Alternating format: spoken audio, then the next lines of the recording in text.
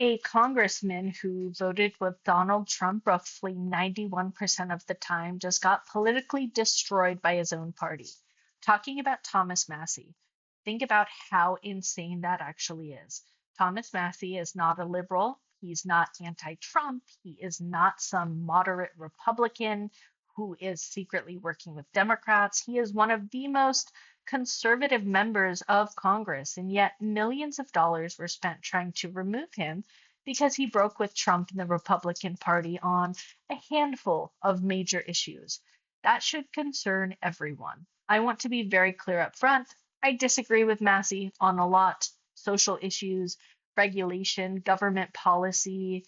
I disagree with him on most things, but this story is much bigger than do you like Massey? So, because what we are watching right now inside American politics, especially inside the Republican Party, is something that feels less about ideology and more about loyalty.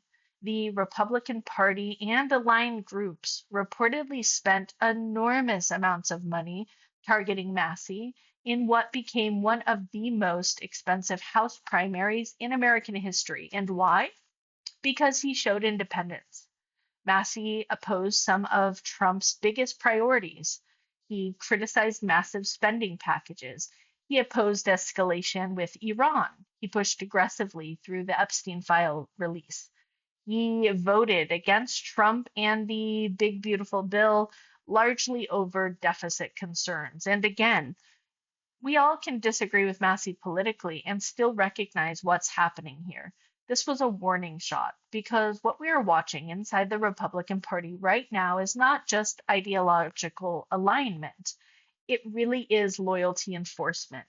And honestly, I think this story says something much bigger about American politics in general.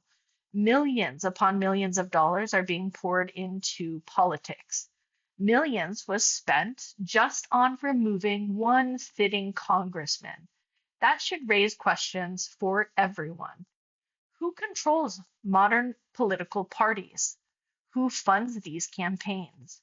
How much independence do elected officials actually have? And can politicians survive today without total alignment to party leadership and the donor infrastructure? Think about how extraordinary that is. A congressman can vote with his party nearly all of the time and still be politically eliminated because of that remaining 9%. This is not normal party politics anymore.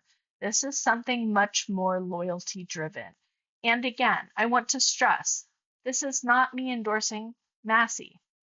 But I do think Americans should pay attention anytime massive political machinery and enormous financial pressure are used to remove one of the few people willing to occasionally vote independently of the Republican Party. Because whether you're left, right, independent, libertarian, or politically exhausted altogether, a functioning democracy requires room for disagreement.